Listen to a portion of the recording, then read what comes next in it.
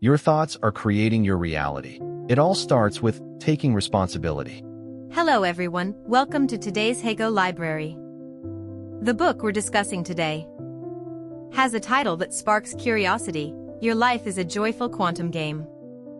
The original French title is Votre vie est un jeu quantique. And the author, Dr. Christian Bourit, is a French neuroscience and quantum physics researcher. In the book, he combines quantum physics perspectives with a wealth of real-life case studies to tell us something truly mind-blowing. Your life right now was actually created by your own thoughts and beliefs. Today, we're honored to have our expert's avatar here to break down this book for us. Welcome, Professor. Hello hosts, hello everyone. The core argument of this book is truly astonishing. Each of us understands the world through our own experiences. And what we call reality is actually shaped by our thoughts and beliefs. The author states right from the start, the depressed person and a person in love, facing the same morning, see completely different worlds. This is the gap between absolute reality and personal reality. Each person, based on their current state of consciousness, creates their own version of the world. That's truly thought-provoking. But many people's first reaction might be, how can everything that happens to me be entirely my responsibility? Isn't that too harsh? This is precisely the most crucial starting point of the book. The author points out that when facing life's challenges, people generally fall into two attitudes. One type is willing to take responsibility for their destiny, while the other type retreats into a position of giving up or envy. Those who see themselves as innocent victims keep complaining and blaming their environment, completely unaware that they themselves played a part in it. The author particularly emphasizes that resistance and complaining are natural emotional responses, but they don't exempt us from the need to improve our situation. The real turning point is accepting this fact, regardless of the nature of the problem. We have, in some way, played a role in it. Responsibility is not a shackle, but a wonderful tool that sets us free. Because if you have the power to attract what you don't want, it means you equally have the power to attract the life you do want. Responsibility is a tool that sets us free. What a powerful perspective. So what does the author think we should actually do? The most essential step is to focus our attention on the life we want, rather than spending it on things we don't want. The author uses a vivid metaphor. When you plant an apple seed in the garden, you know for sure it won't grow into an orange tree. But the same is true for our thoughts. Plant negative ideas, and how can you expect things to improve? Most people's inconsistency comes from exactly this contradiction, claiming to desire happiness while constantly playing scripts of fear in their minds. Embracing a new consciousness, your vibrational frequency determines your life. Professor, you just mentioned the importance of the direction of our attention. This seems related to a concept that keeps appearing in the book, vibrational frequency. Could you explain in more detail for us? What exactly is quantum thinking, and how does it relate to quantum mechanics in modern physics? What's the connection? That's a fantastic and crucial question. When many people hear quantum thinking, they might think it's some kind of mysticism or mind power technique, but Dr. Bourit points out that this actually has deep theoretical roots and scientific parallels with quantum mechanics, founded in the early 20th century. First, quantum mechanics shattered classical physics' traditional view that matter is objective, solid, and independently existing. Modern physics has confirmed that if we keep magnifying matter down to the level of atoms, protons, and quarks, we find that 99.999% of matter's interior is actually empty space, with no solid substance inside, only energy waves vibrating at extremely high speeds. Einstein's famous mass-energy equivalence formula E equals mc² directly reveals that the essence of matter is energy. What this means for our daily lives is that our thoughts, emotions, and beliefs, although invisible to the naked eye, are essentially energy waves at specific frequencies. Wow, matter is essentially energy waves. So how do these invisible thought waves of ours actually shape tangible reality? This brings us to the most famous concept in quantum mechanics, the observer effect, observer effect. In quantum mechanics, the famous double-slit experiment confirmed that before subatomic particles are observed, they exist as probability waves with infinite possibilities. But as soon as an observer intervenes and makes an observation, the probability wave immediately collapses, collapsing into a tangible particle. This holds a profound implication for our lives. The universe's quantum energy field is itself a sea of probabilities filled with infinite possibilities. And our consciousness and focus are that observer. If you constantly hold a victim mentality focusing on scarcity and bad luck, you're unknowingly observing and collapsing the probability waves in the quantum field into an unfortunate reality. Conversely, when you direct your attention toward gratitude and abundance, you're observing and creating a fortunate reality. How you see the world is how the world presents itself to you. So this is how the observer effect manifests in real life. And how does this relate to the resonant frequency we often hear about? This brings us to another key concept in quantum mechanics, quantum entanglement, and wave interference resonance. Quantum entanglement tells us that two particles that were once connected, no matter how far apart they are, can instantly sense and influence each other. And the principle of resonance in physics tells us that two tuning forks of the same frequency strike one and the other will vibrate along with it. Dr. Bourit points out that the most powerful way to change your life is to change your level of consciousness. Because attraction doesn't depend on desire, but on our own state of being. When the depths of our subconscious are filled with frequencies of joy, love, or confidence, our quantum energy field, through resonant frequency, connects with people, events, and things in the universe that share the same frequency. This is the scientific mechanism of the law of attraction at the microscopic level. It's not motivational fluff, but a natural result of wave mechanics. So, if a person says every day that they want to make money, but their heart is filled with anxiety and fear of having no money, what they emit is actually the vibration of scarcity. And as a result, they will only attract more scarcity, right? Exactly. The quantum field doesn't respond to your desire, it only responds to your state and a vibration frequency. Anxiety and fear are low frequency, so your focus is on scarcity. And what resonates out is naturally a reality of scarcity. This is why the author says, your consciousness is the sum of all your beliefs. To change your life, you must fundamentally adjust your vibration, which is the true meaning of welcoming a new consciousness. Discover your best role, breaking through the cage of beliefs.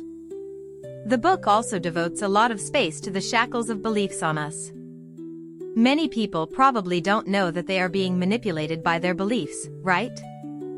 The vast majority of people don't know.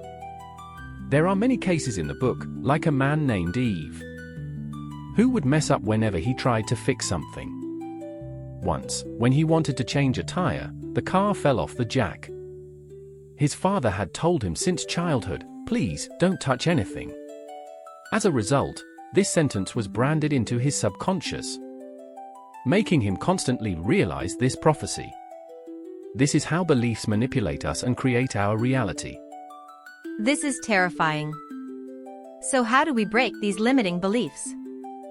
First, we must become aware. The author suggests identifying those thoughts linked with always or never, for example, I can never do it, I never have good luck, or happiness has nothing to do with me. These are mostly beliefs instilled since childhood, and once expressed as universal judgments. They are actually quite easy to overturn. Secondly, the author says we can only manifest what we believe is possible. So the most important thing is to re-examine those beliefs that make us feel powerless, and give them a comprehensive review. He reminds us, walking on fire is the most common example. Thousands of people around the world accomplish this every year simply because they believe they can. Mastering the law of attraction, the cosmic rules of co-resonance. Next, we enter the most fascinating topic of this book, the law of attraction. Is this chicken soup for the soul, or a cosmic law with scientific backing?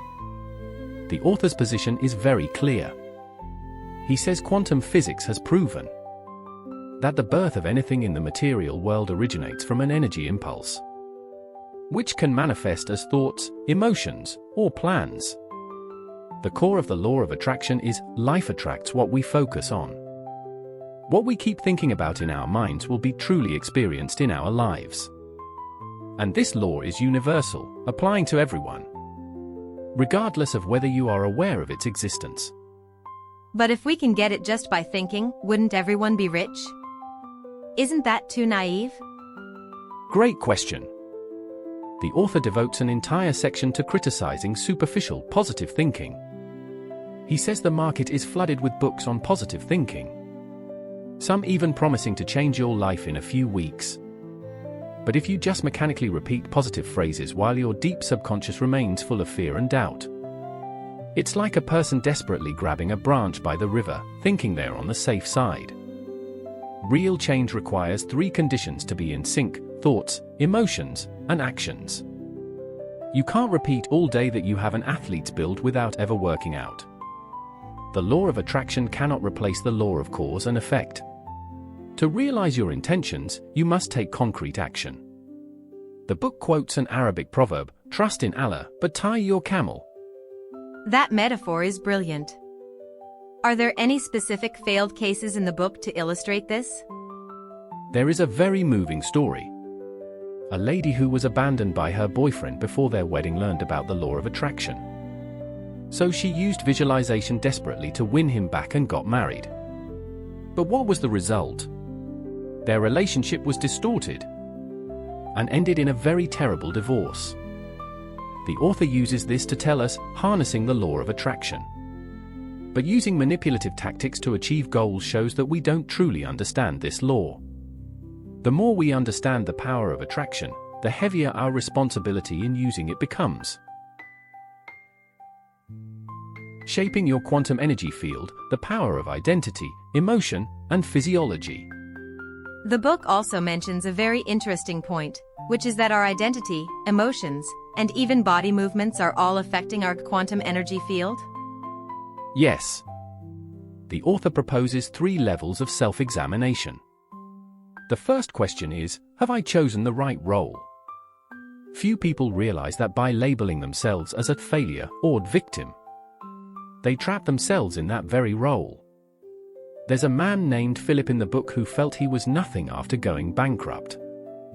Fortunately, his sister woke him up. Treat this as an experience, not a failure. He thus realized that the most important thing is not to label oneself as a failure. The second level is emotion. The author says our emotions are like tuning forks, constantly emitting frequencies that connect us with corresponding people and situations. Whenever we feel uncomfortable, it means our connection with the creative energy is out of harmony. The third level is body language. This is the most immediate method. Simply jumping in place and clapping your hands can quickly shift your emotions. Hunching over and staying still for a long time can easily trigger depression. Whoever you wish to become, first display that person's posture and actions. Living a harmonious life, loving yourself to love others. Speaking of relationships, this is also a pain point for many people. How does the book view the management of intimate relationships? The author shares a profound insight. The reason many people are repeatedly disappointed is that they always want to change others. But there is nothing to change, the only thing that needs to change is ourselves. He shares a story from the Buddhist scriptures. King Kosala asked the queen, "Who do you love most in this world?" The queen surprisingly replied, "I love myself the most." King thought about it and said, "Me too." Perplexed, they went to ask the Buddha. The Buddha praised them and said, "If you truly love yourselves, you will stop manipulating each other. When you truly love yourself, you will not be trapped in emotional traps, expecting others to love you." But what if a relationship is already in trouble? There is a couple in the book who almost got divorced. The husband's psychiatrist friend told him, "Since you've decided to stay with her, Stop criticizing her and stop playing the victim. The husband felt uncomfortable hearing this, but he decided to try, focusing his attention on his wife's admirable qualities. The result, simply shifting his focus, completely transformed their relationship, with results beyond imagination. The author's conclusion is, there's no need to insist on being right, but rather to live in love. Often, just a look, a letter, or a small gift can completely shift the energy of a relationship. Letting inspiration guide you, the power of gratitude, forgiveness, and faith. The final part of the book talks about gratitude and forgiveness. Are these the most effective ways to raise our vibration? Without a doubt. The author says we often hear people complain, but rarely hear them thank life.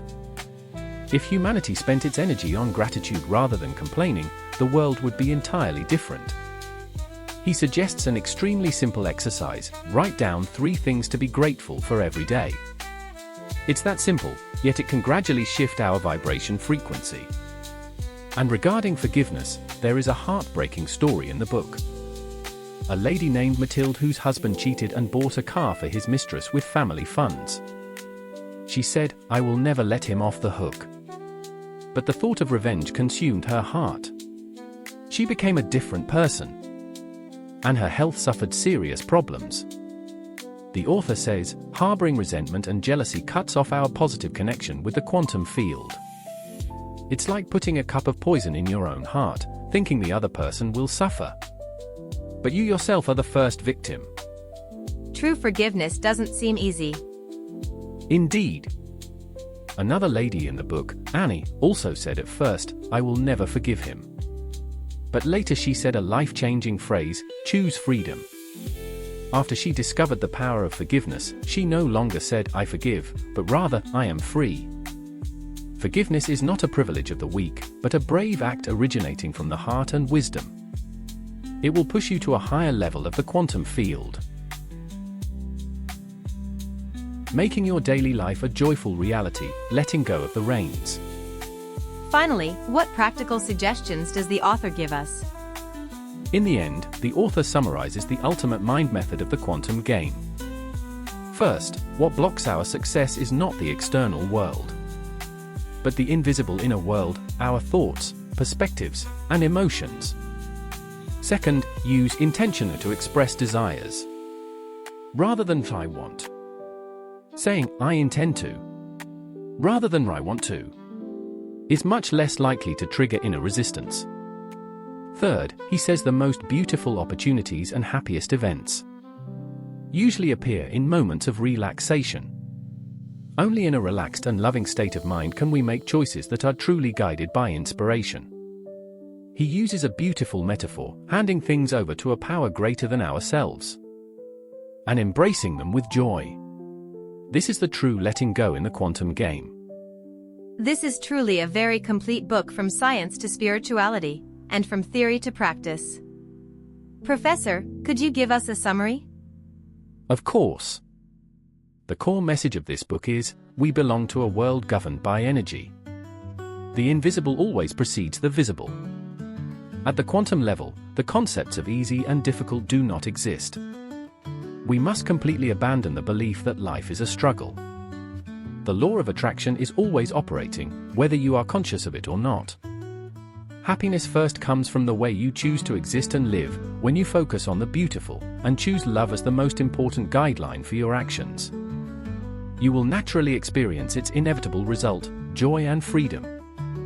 Thank you so much, Professor, for this wonderful analysis. This book, Your Life is a Joyful Quantum Game by Dr. Christian Bourit, reminds every one of us, you are not a victim of fate. You are the creator of your life. Just change your vibration frequency, and your world will change with it. Dear viewers, we'll see you next time.